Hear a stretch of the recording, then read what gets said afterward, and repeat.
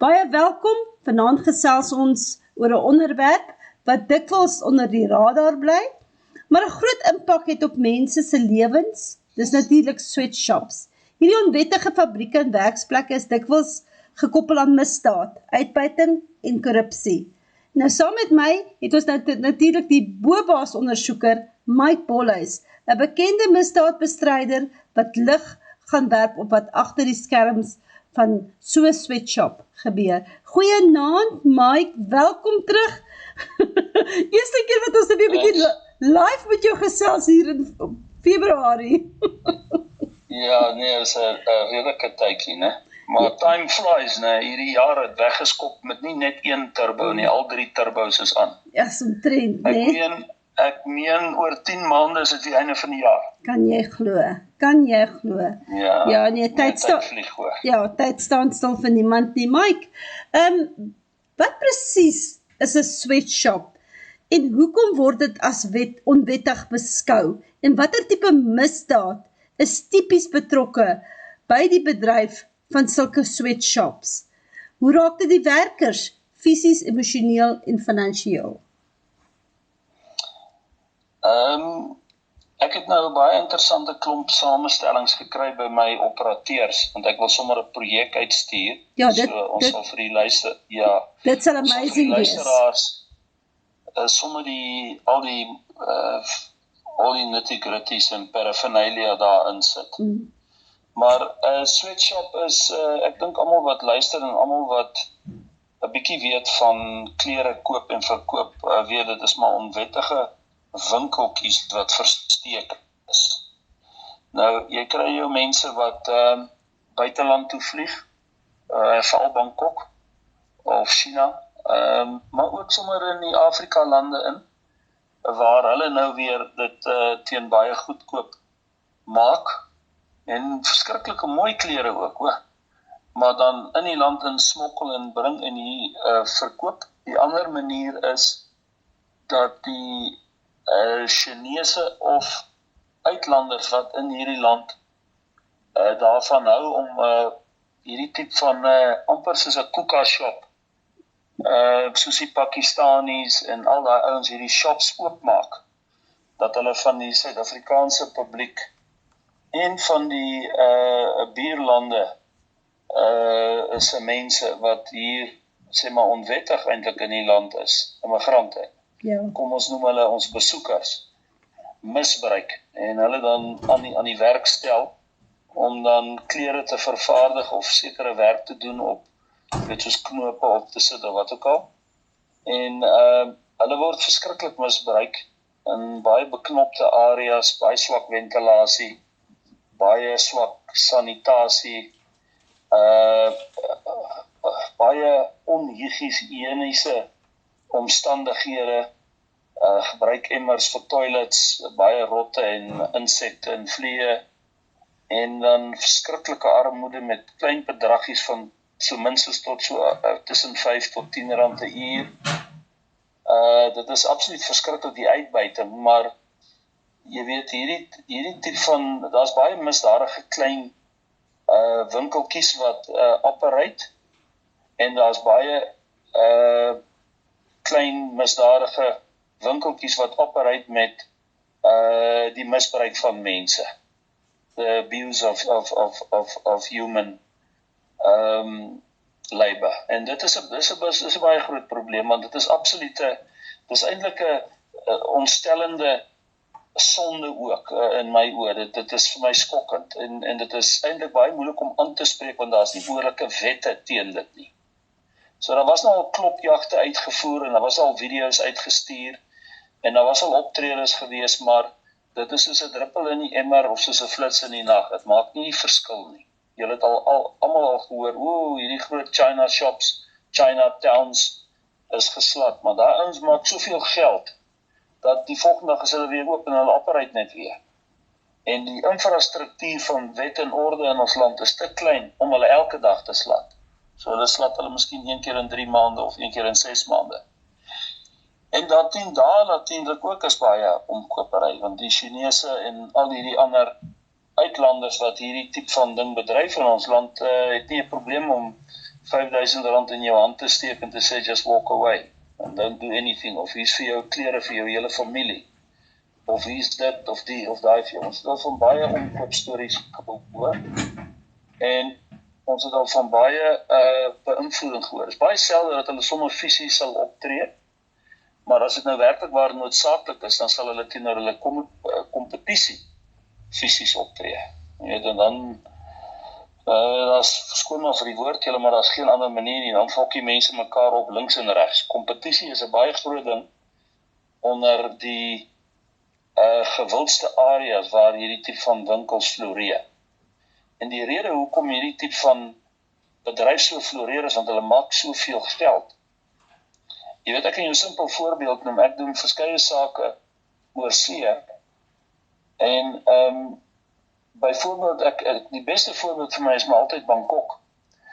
Bangkok is so groot dat dit vat jou 'n dag om seker om my stad te ry. Dit is ongelooflik groot. Sjoe. Weet jy, die lughawens alleen, as jy na verskillende gates toe gaan, dan sê hulle vir jou, dit kan, as jy na van die verste gates gaan, plus inboek, kan dit jou maklik 2 ure vat. En dit is 24/7 'n muurnes, maar dit is 'n geoliede masjien. Maar jy kan maar kyk as jy daar sit, wie is die mense wat invlieg daar? Ek kan jou nou sê, 1 uit elke 10 mense wat daar inkom, kom klere koop daar, of goedkoop juwele, goud, silwer, of enige ander goedkoop paraphernalia. Jy weet, ek het nou die dag, het ek sake daar gaan doen, en daar sekere goed wat spot goedkoop is. Ek het earbuds gesoek, en daar was 'n hele groot botteltjie earbuds vir 10 baht, dis R5. So op die einde van die dag, die ouens stroom van hierdie mense, en die veral vroumense, stroom hiernatoe, en hulle koop daar van die beste gehalte materiaal T-shirts, met natuurlik 5 brands op,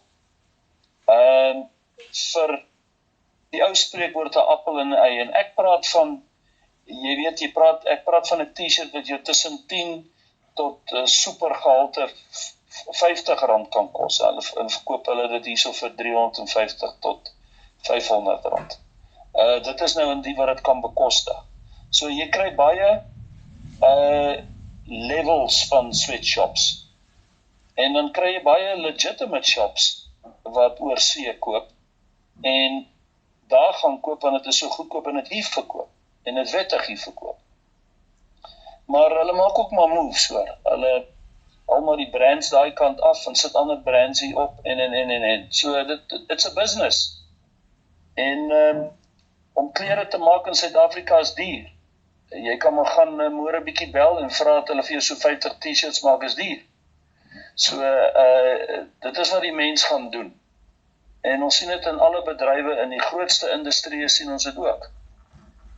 Daar word maar karre ingebring eerder as wat dit hier gemaak. Jy weet, die hele karbedryf kan jy maar kyk. Daar waar dit die goedkoopste van parte of aan mekaar gesit word, of die engine en die body, en op die einde van die dag word die goeie kar, in mekaar gesit teen die beste prys om vir meer as 2/3 te verkoop, as dit nie meer is. Dit is business. En hierdie is nou net in 'n ander skaal. Maar om terug te kom by die skadelike een, is die een wat ek initieel genoem het, van die mense wat uitgebuit word, omdat hulle arm is. Dis mense van die straat af, maar hulle het 'n kennis, en hulle het 'n kundigheid in die klerebedryf, en dis iets wat hulle maar vinnig leer. Hulle het as kinders dit geleer, en partykeer gebruik hulle selfs kinders, en dis onwettig. Daar's partykeer kinders wat van 12 jaar oud af is wat operate, en soos ek gesê het, die haklike omstandighede, daar's nie veiligheid. Jy weet, as daar brand uitbreek, daar's net een opening, daar is nie, jy weet, behoorlike, daar's geen mediese omsien na die mense. Dit is 'n algehele misbruik van die mense, en dit is die onderwerp wat ons vanaand bespreek. En as van julle weet van so iets in enige bedryf, dan moet julle ons in kennis stel, want dit is tog nie aanvaarbaar nie. Jy kan nie dit doen nie. Jy kan nie, as jy na die mense wat vir jou werk, jou bediendes, as jy 'n boer is, die mense op die plaas wat vir jou werk, as jy na jou mense mooi en behoorlikheid, gaan jy nooit moeilikheid kry nie, en dit is die mense wat vir jou gaan uitstaan. Ons het al hierdie gesprek gehad. Maar as jy mense so gaan misbruik, is daai bloed op jou hande. En soos ek gesê het, die wet spreek dit nie werklik waar aan nie, maar dit is 'n groot issue. En ons sal dit weer 'n groot issue maak met ons projek. Ons doen goeie navorsing oor dit. En dan sal ons dit uitstuur. Ek weet nie of jy vrae het nie, of jy vrae gehad het, want jy het spesifiek gevra vir hierdie onderwerp, Minks. Ja, hulle het nou die dag het hulle vir my gevra oor hierdie, so toe dog ek dat ons dit 'n onderwerp maak. Wat ook gevra is, wat die onlangse klopjag op 'n baie groot sweatshop, ek dink dit was nogal in Newcastle gewees nou onlangs. Ja, Natal. Ja, dis reg, ja. Het hulle tot Pick n Pay labels, Woolworths labels en al daai labels gekry. So dis scary om te dink, daai labels is daar. So daai goed gaan dit nou werklik na Woolworths toe en gaan dit na Pick n Pay toe en Mr Price en al daai plekke, want dis wat jy gaan koop daar. Nee. Daai ouens is nie suppliers nie, Minks. Ja. Hierdie ouens van hierdie sweatshops verkoop aan enigiemand wat daai brand sou wou hê, waar hy weet hy gaan in Pick n Pay meer betaal. Ja. Maar dit is dieselfde gehalte. Hulle doen dit goed hoor. Die sweatshops, dis baie selde dat jy sweatshops sal kry wat absolute gemors aan mekaar slaan. Hulle is baie slim, hulle sit die Nike op, hulle sit al daai goed op, en dit is klere wat jy dra, en jy weet dit help nie ou try 'n ander beeld hier skep nie, want dit is so. En die ryk huisvrou wat weet van 'n sweatshop en het 'n klomp kinders en sy weet dat 'n klomp golf t-shirts, speelklere gaan by Pick n Pay haar soveel kos, maar daar is hierdie plekkie of hierdie vlooimark of hierdie Chinatown of wat ook al, dan gaan sy dit daar koop. Ja. Die laat die daar hyperfy superryk vrou of die vrouens wat maar die klere koop, maar selfs ook 'n man, hy sal daar iets gaan koop, 'n tracksuit of 'n klere of wat ook al, kouse. Jy kan dit nie glo nie wat jy in Chinatown kan kom. Eintlik is hierdie tipe van ding nie stopbaar nie, want almal weet dit en almal soek bargains, is dit nie? Dis waar. Maar daar is ook 'n goedkoop koop is duur koop, maar in hierdie bedryf enigiemand wat 'n kledingstuk koop, het ek al gevind, doen 'n redelike evaluasie van die materiaal en die gehalte in sy hand. Hy gaan nie net instap en sien, hier is nou 'n Nike 'n fake broekie of wat ek al en hom net vat nie. Hy gaan of sy gaan om bietjie deeglik weer kyk en kyk of dit 'n goeie fake is. Dieselfde met horlosies hoor. Jy kry baie ouens wat met Rolexes rondloop en baie van hulle lyk soos die real thing. En allerhande horlosies. Daar's baie horlosies daar buite wat fake is. Baie meer fake horlosies daar buite as the real thing in my opinie. Want die ouens maak dit na. En jy kan maar omtrent na enige vakansie oor toe gaan, dan gaan 'n ou verby na jou toe verbykom met of klere of met 'n horlosie. En of enigiets anders wat hulle weet mense baie graag wil hê, maar wat duur is. Ek meen, kom ons kyk na 'n ander simpel voorbeeld. Jy kan 'n fantastiese restaurant hê. En dan net so om die hoek is daar 'n ou met 'n koskarretjie wat bekend is vir sy worsbroodjies. So, ja, dis die waarheid. Die mens gaan altyd maar gaan vir 'n bargain, oral. En met alles, en dit is in die mens natuur, and it's not wrong. Maar ons as mense, en vir ons wat hierna luister, moet kyk, waar kom dit vandaan? En as jy daar by 'n sweatshop is, en jy gaan loop 'n bietjie daar rond, en jy kom daar agter op 'n kamertjie, waar daar 20 mense is op 'n kamertjie, en dan in die hagelikste omstandighede is, met kindertjies en babetjies, en is besig om daar klere aan mekaar te sit, of naaldwerk te doen, dan you shouldn't get involved, you should expose, you should report. Is dit nie so nie? So dit is die crux van hierdie chat wat ek wil hê.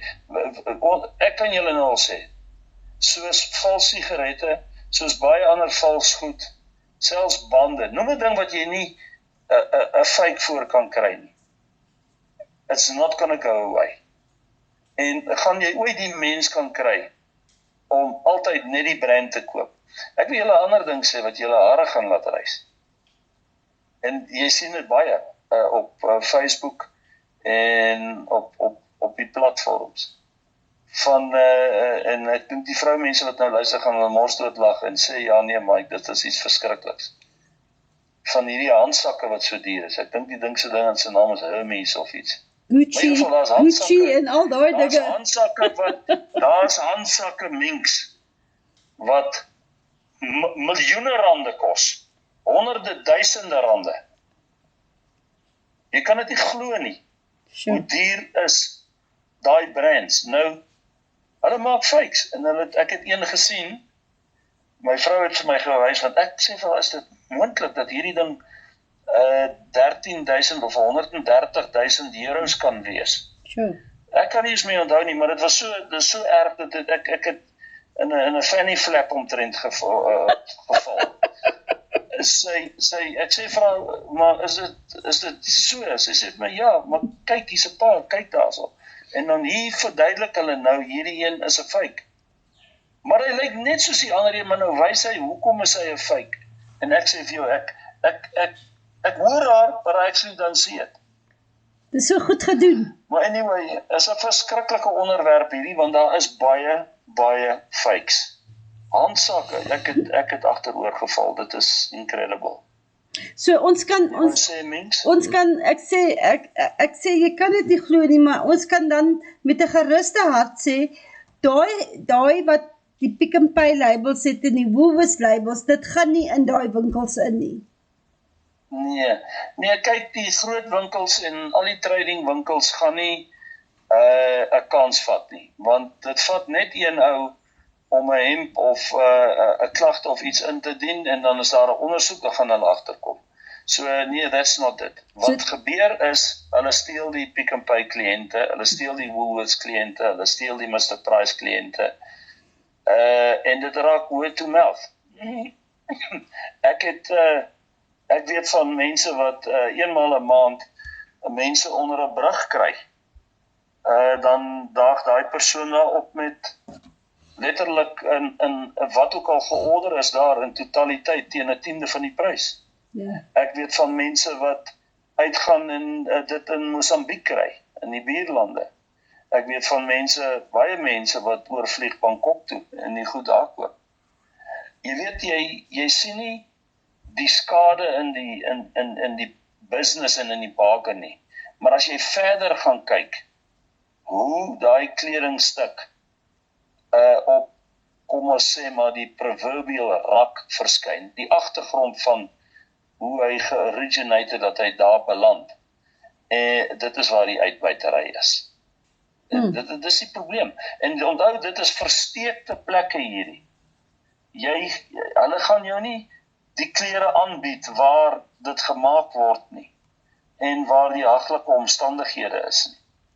Maar jy gaan die sweatshop, die China shops, die bargain shops, die fake shops, jy gaan dit nêrens gestop kry nie, hoor. En jy weet, daar's nie, die misdaad is net een, maar dit is die grootste misdaad, van die grootste misdade vir my onder die son, is die misbruik van mense. Dis die misdaad daar. Die feit dat jy iemand net aan die lewe hou, in die jaglikste omstandighede, is vir my iets onverwerkbaar, ontstellend, kwaad, maak my kwaad. En jy weet nou, doen jy klopjagte en jy doen al die goed, maar waar gaan jy heen met die mense wat, hulle kom terug vir daai R8 of daai R5? Dis reg, ja. Hulle is te arm, die armoede, ek het nou die dag die gesprek op TV gehad oor die Zamas. En dit is 'n belangrike gesprek om na te luister, mens. Ja. Ons sal nog daai projek uitstuur. Maar dit spreek juis hierdie issue aan, van die armoede in ons land. Onthou, as jy arm is, en jy is onkundig, is jy die mees moontlikste, misbruikbaarste persoon onder die son. So enige ou wat bietjie slimmer as jy is, en bietjie meer as jy, kan jou misbruik. En mense doen dit. Ons hoor dit baie keer, veral hier ouens wat sommige mense langs die pad optel om gou sy tuin goed skoon te maak, dan sal hy nog raggies met hom stry oor R10 of oor R20. En dan sy verbaas as daar oor 'n week by hom ingebreek word. Dis vir my verbaasend hoor, hoe mense sulke stupid goed kan doen. Maar sulke misbruik ook kan deurvoer en by betrokke raak. En weg kan kyk en dit net eenvoudig los. So, die vraag sou miskien opkom by mense, koop ek bargains? Ja, ek koop bargains. As ek enige bargain kan ek sulke bargain koop. Maar ek is 'n ou wat net koop wat ek nodig het. Ek gaan nie as ek 'n bargain sien, dit uitbuit nie. Ek koop net wat ek nodig het. Dit is nie my besigheid om te koop om te verkoop nie. Ek spreek misdaad aan. Maar ek sal nie enige bargain koop as ek weet die agtergrond was 'n algehele misbruik van mense. Maar ja, elke ou moet daai besluit maar neem, maar hierdie is die clothing trade in Suid-Afrika.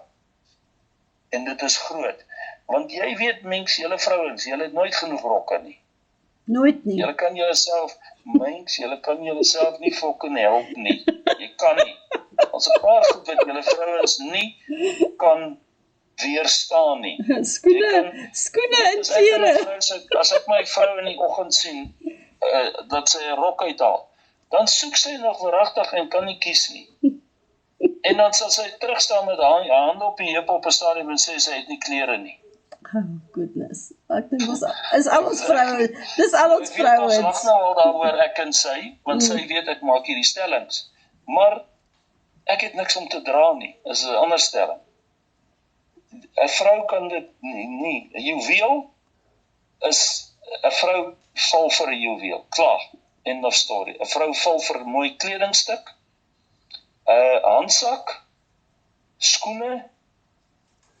Ja, jy weet 'n vrou sal nog die nuwe ketel los en die smekstoof later laat diens en miskien selfs die bediende hierdie maand nie betaal nie, maar daai nuwe rok moet sy hê. Dis verskriklik.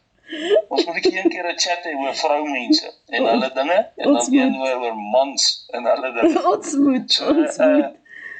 Dit is nou maar ongelukkig so. O ja, en natuurlik, ja, maar anyway, ons sal die blom storie aanspreek. Maar op die onderwerp, vroumense is altyd agter mooi en goeie klere aan, maar hulle het 'n ander probleem ook. Hulle hou nie van second hands nie. Ek het nie 'n probleem met tweedehandse klere nie. Ek het glad nie 'n probleem om 'n tweedehandse enigiets of bargain of enigiets in te kry nie. Ek het nooit 'n probleem daarmee nie. Ek is nie 'n snobus in die geringste nie. Maar vrouens sal nie tweedehandse klere sommer kry nie, tensy daar ekstreem armoede is. En vrouens sal nie sommer 'n rok of iets of kleding koop wat hulle nie weet is die regte brand of plek. Hulle sal dan eerder maar jy weet by die plekke gaan soos Pick n Pay, Mr Price ensovoorts. Maar ek het onthou nou wat ek vroeër gesê het.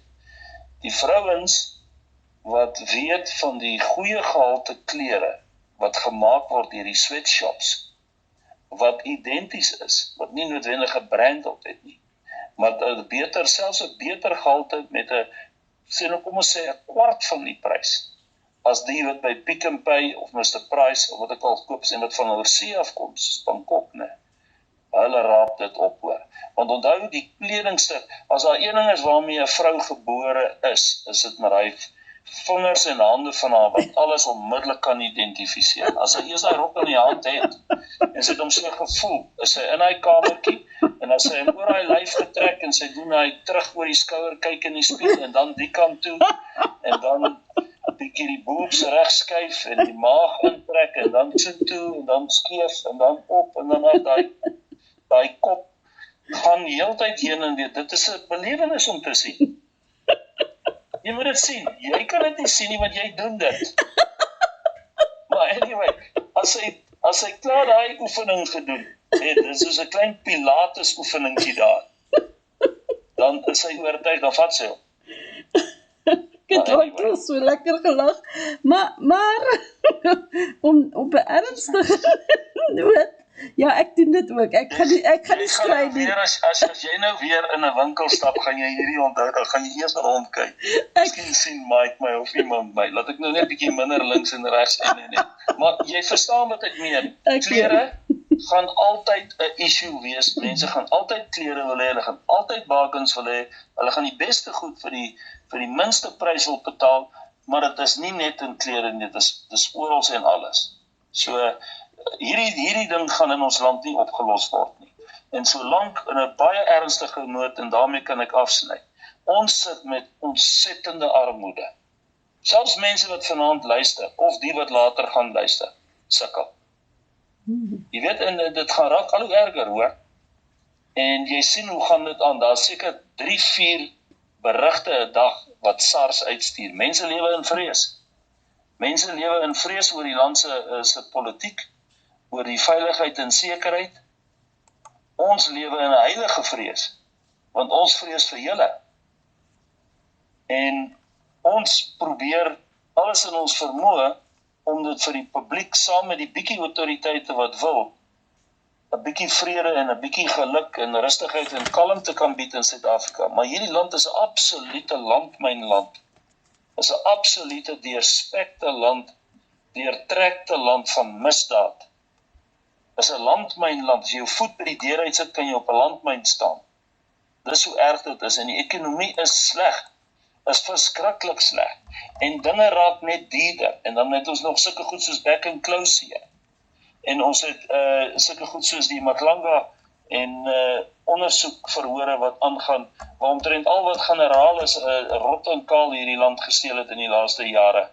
En wil ek nie eens praat van al die kontrakte, en so ek kan die mees doomsaaiendste stellings hier maak, wat die realiteit is. En dit dwing die mens om alles in sy vermoë te doen om die ekstra geldjie in te kry en die minimum te betaal. En as jy arm is, en jy is onkundig, dan gaan jy in survival mode en dan gaan jy jou buurman se hoender steel. Ek moet 'n paar comments hierso van die groep aflees voordat jy gaan, Mike.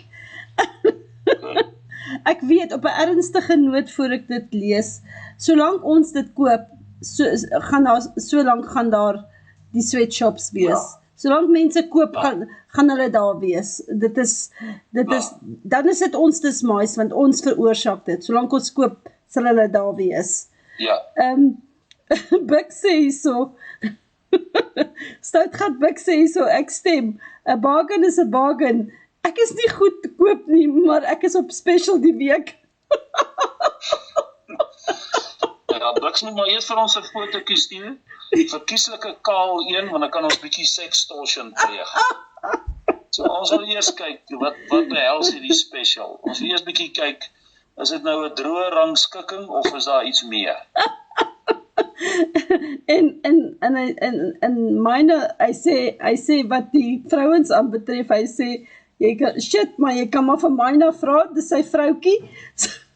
Dis sy doen nou daai ding wat jy gesê het in die aantrekkamer, want ons almal doen dit. Ja. Hy sê ook, Jacques sê ook, hy is in Newcastle en hulle het gesien toe daai klopjag gedoen is, en dit was absoluut 'n storie gewees. Maar ons het die footage ook gesien. Ek weet nie of jy die footage gesien het nie, Mike. Ja, ons het alles. Ons sal 'n mooi projek uitstuur met hierdie gesprek. En dan doen ons dit so, jy weet, dit is presies waar wat die dame gesê het in die begin. Ja. Maar jy weet jy die reverse kant ook daar. Ja. As jy nie in 'n manier toetree en ondersteun en help en verbeter nie, but you know it's not going to go away, dan vat jy die enigste en minimum inkomste wat daai mense in ieder geval kry, ook nog weg. Ja. So wat jy eintlik moet doen is toetree, dit aanspreek, en kyk of jy dit kan verbeter, dat daai mense ten minste R30 'n uur kry, want dis minimumloon.